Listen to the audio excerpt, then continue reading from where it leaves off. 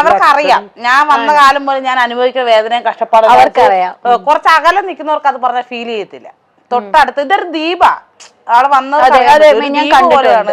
ഒരു കായലിന്റെ സൈഡിൽ കുറച്ച് സ്പേസ് ഉള്ള വീട്, അതിൽ 6 വീടെന്തോ ഉണ്ട്. അവിടെ ഉള്ളവർക്കറിയാം ഞാൻ എന്തോരം കിടന്ന കഷ്ടപ്പെട്ടിട്ടുണ്ടെന്ന്. പുറത്തുള്ളവർക്ക് അറിയാം, എങ്കിലും ഇച്ചിരി അടുത്ത് അറിയുന്ന അവരൊക്കെ ആയിരിക്കും. ഒരു ചിരി ഇരച്ചിരി ബമ്പർ ചിരി താരം സുതിമോളെ മിനി സ്ക്രീൻ പ്രേക്ഷകർക്ക് നല്ല പരിചയമാണ്. ഏറെ പ്രതിസന്ധികൾ അതിജീവിച്ചുള്ള ജീവിതമാണ് സുതിമോളുടേത്. കയറിക്കിടക്കാൻ ഒരു വീട് സ്വന്തമായില്ല സുതിമോൾക്ക്. അടുത്തിടെ ആരാധകർ എല്ലാവരും കൂടി കൈകോർത്തുകൊണ്ടാണ് സുതിമോളുടെ വീട് എന്ന സ്വപ്നത്തിലേക്കുള്ള യാത്ര തുടങ്ങിയത്. സുതിക്ക് പിന്തുണയുമായി നിരവധി പേർ എത്തിയെങ്കിലും ചില നെഗറ്റീവ് കമന്റ്സ് തന്നെ വേദനിപ്പിച്ചു എന്ന് അടുത്തിടെ താരം പറഞ്ഞിരുന്നു. എത്ര പ്രാവശ്യം ചാകാൻ നോക്കിയിട്ടുണ്ടെന്ന് അവിടെ? അത് ഞാൻ പല പ്രാവശ്യം ഞാനിപ്പം ചേച്ചി ഒരു ഇതില് കോമഡി ആയിട്ടാണ് പറഞ്ഞത്, ട്രെയിനില് പോകണമെന്ന് ആഗ്രഹമുണ്ട്. അത് ആക്ച്വലി ശരിക്കും സീരിയസ് ആയിട്ട് രതീഷ് ഏട്ടൻ ചോദിച്ചതായിരുന്നോ എടുത്ത് ചാടാൻ പറ്റുമെന്ന്? നിവൃത്തിയില്ലല്ലോ.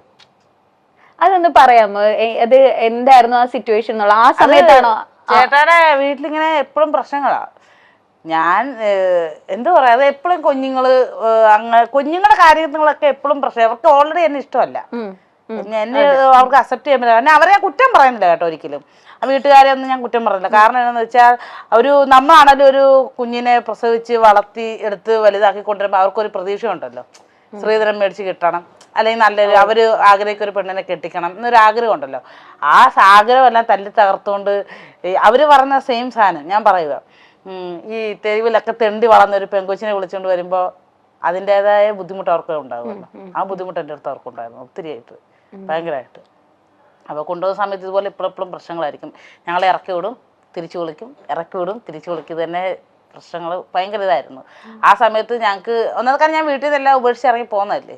അപ്പോൾ എനിക്ക് തിരിച്ച് വീട്ടിലോട്ട് ചെല്ലാൻ പറ്റത്തില്ല. അപ്പോൾ ഇവിടെ നിന്നും ഇല്ല അവിടെ നിന്നും ഇല്ല എങ്ങും ഇല്ലാത്ത സിറ്റുവേഷൻ ചേട്ടാ എൻ്റെ അടുത്ത് വീട്ടിൽ നിന്ന് ഇറങ്ങിയപ്പോൾ എൻ്റെ ആൾ കളിച്ചൊക്കെ പറഞ്ഞ് വാടി നമ്മൾ ജീവിക്കും, ഇവരുടെ മുന്നിൽ നമ്മൾ ജീവിച്ച് കാണിക്കും, നിങ്ങൾ ഞൊടിച്ചൊക്കെ കാണിച്ചു. അപ്പം ഞാൻ വിചാരിച്ച സെറ്റ് അപ്പൊ തന്നെ മക്കളായിട്ട് ഇറങ്ങി. അന്ന് അവന്മാർ 2 പേരും ഉള്ളു കേട്ടോ, കുഞ്ഞുങ്ങളെ.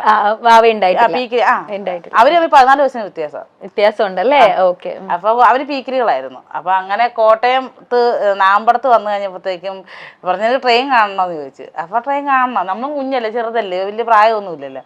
അപ്പൊ നമ്മൾ ഓൾറെഡി എത്ര വയസ്സുണ്ട്? ഈ ഒരു 18-19 വയസ്സുള്ളൂ. അത് എന്ന് പറഞ്ഞാൽ നമ്മൾ ഈ പുറലോകം ഒന്നും കാണാതെ വളർന്ന ആളല്ലേ. ഇത്ര ട്രെയിനെ കയറിയിട്ടില്ല, ബിരിയാണി കഴിച്ചിട്ടില്ല, നല്ലൊരു ഡ്രസ്സ് ഇട്ടിട്ടില്ല. അങ്ങനെ എല്ലാം കൊണ്ടും ഞാൻ ജീവിതം നാടും വീടും ഒക്കെ കാണുന്നത് ഈ മനുഷ്യൻ്റെ കൂടെ വന്നതിന് ശേഷം. അപ്പോൾ ഞാൻ അവിടെ ചെന്നപ്പോൾ ട്രെയിനെ കയറ്റിയിട്ട് എൻ്റെ അടുത്ത് പറഞ്ഞു, ഇനി നമുക്ക് എന്തായാലും പോകാൻ സ്ഥലമൊന്നുമില്ല, ഞാൻ പറഞ്ഞ അനുസരിക്കുമോ എന്ന് ചോദിച്ചു. ഞാൻ ആന്ന് പറഞ്ഞു. അന്ന് ഇനി വരെ ട്രെയിനിൻ്റെ മുന്നോട്ട് ചാടാമെന്ന് ചോദിച്ചു മക്കളെയായിട്ട്. അപ്പോൾ ഞാൻ ചാടുമോ? എനിക്ക് ടെൻഷൻ, ട്രെയിൻ കാണുമ്പോൾ തന്നെ നമുക്ക് ടെൻഷനാണ്. അപ്പോൾ ഞാൻ അവിടെ ഒന്ന് ചാടാൻ തുടങ്ങും, അവിടെ പപ്പ അടിക്കും.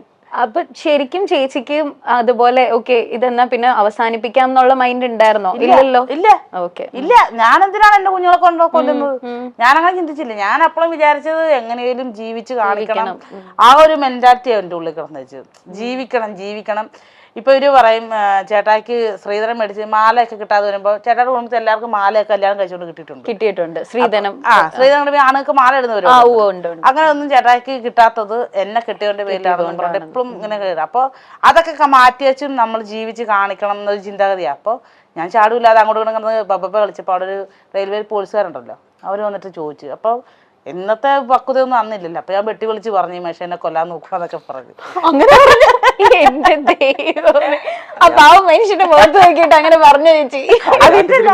ആരാധകർ നൽകിയ സ്നേഹവും സഹായവും കൊണ്ട് മുൻപോട്ട് പോകുന്നതിന്റെ ഇടയിലാണ് താരത്തിന് അപകടം പറ്റിയത്.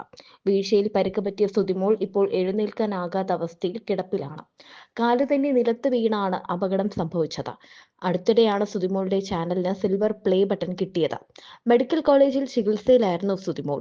ഇപ്പോൾ എഴുന്നേൽക്കാൻ പോലും കഴിയാത്ത അവസ്ഥയിലായിരുന്നു താനെന്നും വേദന സഹിക്കാനാകില്ല എന്നും താരം പറഞ്ഞിരുന്നു. ഡിസ്ക് അകന്നുപോയെങ്കിലും സംസാരിക്കാൻ കഴിയുന്നിടത്തോളം വീഡിയോയുമായി എത്തുമെന്നും സുതിമോൾ പറഞ്ഞിരുന്നു. കമ്പത്തൊരു വൈദ്യരുണ്ട്, അവിടേക്ക് പോകാനുള്ള തീരുമാനത്തിലായിരുന്നു സുതിമോൾ. കിടന്നുപോയവരെ എഴുന്നേൽപ്പിച്ചു നടത്തിയ ആളാണ്. അനുഭവസ്ഥരുടെ നിർദ്ദേശം കൊണ്ടാണ് നമ്മളും അങ്ങോട്ടേക്ക് പോകുന്നത്.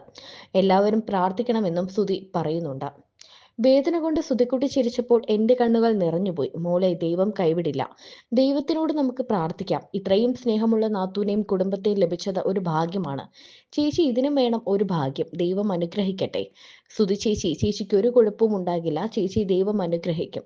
ചേച്ചി ഇതിലും ഉന്മേഷമായി തിരിച്ചു വരും. വേദനയ്ക്കിടയിലും സുധിമോളുടെ ചിരി ഇപ്പോൾ വീഡിയോ ഇട്ടതുപോലെ കഴിയും പോലെ വീഡിയോ ഇട്ട് അങ്ങനെ ഇങ്ങനെ ആയാലും പ്രശ്നമില്ല, കിടന്നുകൊണ്ട് വർത്തമാനം പറഞ്ഞാൽ മതി, എത്രയും പെട്ടെന്ന് സുഖപ്പെടട്ടെ എന്നും എല്ലാവരും പറയുന്നുണ്ട്. ഇടയ്ക്ക് വീട് വെക്കാൻ സ്ഥലം നോക്കി, നല്ല സ്ഥലമായിരുന്നു, പക്ഷെ വില അല്പം കൂടി. 1 സെന്റിന് 2.25 ലക്ഷമാണ്. ചാനലിന്റെ വരുമാനമൊന്നും വന്നു തുടങ്ങിയില്ല, അതുകൊണ്ട് തന്നെ ആ സ്ഥലം നമ്മുടെ കയ്യിൽ നിൽക്കുമെന്ന് തോന്നുന്നില്ല. ഇനിയും കാശ് വേണമെന്നല്ല പറയുന്നത്. ചിലർ പങ്കിട്ട കമന്റുകൾ കാണുമ്പോൾ ഒരുപാട് സങ്കടം വരുന്നുണ്ട്. ഞാൻ കാശിനു വേണ്ടി മാത്രമല്ല നിങ്ങളോടെല്ലാം പറയുന്നത്, കടം വാങ്ങി സ്ഥലം വാങ്ങണം എന്ന് മാത്രമേ ഞാൻ ചിന്തിച്ചിരുന്നുള്ളൂ, അല്ലാതെ നിങ്ങളോട് ചോദിച്ചു വാങ്ങണം എന്ന് ചിന്തിച്ചതേയില്ല. യൂട്യൂബ് ചാനലിൽ നിന്നും കിട്ടുന്ന വരുമാനം കൊണ്ട് ഒരു വീടെന്നാണ് ഞാൻ ചിന്തിച്ചത്. പക്ഷേ ഒരു റാണി മാത്യു എന്നാൽ ഇട്ട കമന്റ് എന്നെ ആകെ തളർത്തി. എന്നെക്കാളും മോശമായി ജീവിക്കുന്ന എത്രയോ ആളുകളുണ്ട്, നാണമില്ല എന്നൊക്കെയാണ് ആ ലേഡി ചോദിച്ചത്. സുധിമോൾക്ക് സോഷ്യൽ മീഡിയയിൽ വലിയ സപ്പോർട്ടാണുള്ളത്.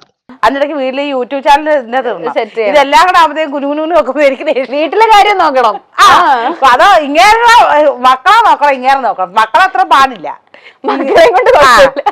അപ്പൊ എല്ലാം കൂടെ നടക്കത്തില്ല, നമുക്ക് മെന്റലി നമുക്ക് അരിശം വരുന്നത്, ദേഷ്യം വരുന്നത്. വേറെ ഇഷ്ടക്കൊടൊന്നുമില്ല. അപ്പൊ ഇഷ്ടക്കുറവ് ഇഷ്ടമുള്ള രണ്ടുപേർക്കും മനസ്സിലായില്ലല്ലോ. ഇന്ന് രാത്രി പോകുമ്പോ പറഞ്ഞാൽ മതി. ഇനി എന്തായാലും രതീഷായിട്ട് സ്നേഹത്തോടെ പറയും. നെക്സ്റ്റ്, സ്നേഹം വരുമ്പോഴും ദേഷ്യം വരുമ്പോഴും അങ്ങോട്ടും ഇങ്ങോട്ടും എന്താണ് വിളിക്കുന്നത്? ഞാൻ ചേട്ടായി എന്ന് വിളിക്കും. ദേഷ്യം വരുമ്പോ എന്റെ പൊന്നു മോശനെ വിളിക്കും. അങ്ങനെ വിളിക്കും. രതീഷേട്ടനോ? ഞാൻ എന്നാലും എന്താടിയെന്ന് ആ സമയത്തൊക്കെ ഇടിയെന്ന് വിളിക്കുള്ളൂ. ദേഷ്യം വരുമ്പോ മാത്രമേ ഇടിയെന്ന് വിളിക്കുള്ളൂ, പെണ്ണെന്ന് വിളിക്കുള്ളൂ. അല്ലെങ്കിൽ പെണ്ണേന്ന് വിളിക്കും. അത്രേ ഉള്ളൂ. പെണ്ണെന്ന് വിളിക്കുന്നത് ഇഷ്ടം. പിന്നെ ഇടിയെന്ന് ഇങ്ങനെയുള്ള പ്രശ്നങ്ങളൊക്കെ വരുമ്പോ പ്രത്യേക ചില സാഹചര്യങ്ങൾ വരുമ്പോ പിന്നെ എല്ലാരും ഈ ഇന്റർവ്യൂലൊക്കെ വന്നെന്ന് പറയും, ഞങ്ങള് ഉത്തമയായ ഭാര്യയും ഭർത്താവാണ്, ഞങ്ങൾ വഴക്കൊന്നും ഉണ്ടാക്കത്തില്ല, നല്ല കുട്ടികളാണ്. ഞങ്ങൾ അങ്ങനത്തെ കുട്ടികളൊന്നും അല്ല. അത്യാവശ്യം ഇടിയല്ല, വാഗൊണ്ടൊക്കെ എല്ലാരും അങ്ങനെയൊക്കെ ചേച്ചി ഇവിടെ പറയുമ്പോ ആൾക്കാരൊന്നും പറയില്ല. നിങ്ങൾ വാക്കുകൾ കൊണ്ടൊക്കെ ഏറ്റുമുട്ടാറുണ്ട്. ഏറ്റുമുട്ടാറുണ്ട്, അത് കൈ കൊണ്ടല്ലെന്നേ ഉള്ളൂ. കൈ കൊണ്ട്. അതാണ് ഏറ്റവും നല്ല കാര്യം, അത് കൈ കൊണ്ടല്ലല്ലോ. എനിക്ക് പിടിച്ചാ കിട്ടിയില്ലെന്നുണ്ടെങ്കിൽ തലേം ചൊറിയും ഞാൻ മെയിൻ സാധനമാണ് ചേട്ടാ. തലയിലിങ്ങനെ പിടിച്ചാണ്ട് എനിക്ക് അങ്ങനെ മുടി വലിച്ചു പറിക്കാൻ എനിക്ക് പിന്നെ പ്രശ്നമായി വരികയാണെങ്കിൽ നേരെ വണ്ടി എടുത്തിട്ട് പൂക്കളെ എവിടേക്കെങ്കിലും ഒന്ന് പോയി ഒന്ന് റിലാക്സ് ചെയ്ത് പോകുമ്പോ പോയൊരു 15 മിനിറ്റ് കഴിയുമ്പോ വിളി തുടങ്ങും, എവിടെ വന്നില്ലേ എവിടെ വന്നില്ലേ. അപ്പൊ പിന്നെ അതുകൊണ്ട് പിന്നെ എല്ലാ ഭർത്താക്കന്മാരും പുറത്തോട്ടൊക്കെ ഇറങ്ങുമ്പോഴത്തേക്കും ഭാര്യമാര് കുത്തിയതുകൊണ്ട് എവിടെയാണ് മനുഷ്യനെ ഇങ്ങോട്ട് വരുന്നില്ലേ, ചോറ് തിന്നട്ടെ. ഞങ്ങൾ ഒരുമിച്ച് ഇന്ന് ചോറ് തന്നെ ഇറങ്ങൂല കേട്ടോ. ഇല്ല, അങ്ങനെ വൃത്തിയുടെ ശീലം ഞങ്ങൾക്ക് ഇല്ല. ഈ പുറത്തോട്ട് പോയി കഴിയുമ്പോ വിശക്കുന്നുണ്ടാ തിന്നായിരിക്കും. ഞാൻ വെളുപ്പിലായിട്ടുള്ള ഉണ്ടാക്കുന്നുണ്ട്. 4 മണിയാകുമ്പോ ചോറ് വെക്കും, കറി വെക്കും, ചായക്കൂടെ ഉണ്ടാകും, സർവ്വസാധനം ഉണ്ടാക്കും. ഭർത്താവ് വന്നിട്ട് പൂമുതുവരക്കിൽ ഇരുന്ന് ചോറ് വന്നിട്ട് ആളൊന്നും അല്ല ഞാൻ. എനിക്ക് വെച്ചത് ഞാൻ അടുത്ത് തിന്നും, വേണമെങ്കിൽ വന്നാൽ വന്നിട്ട് തിന്നോണം, അത്രേ ഉള്ളൂ. വിളമ്പി കൊടുക്കും, അത്രേ ഉള്ളൂ. അല്ലാതെ നമ്മള് വലിയ പക്വതയായ അതൊന്നുമില്ല.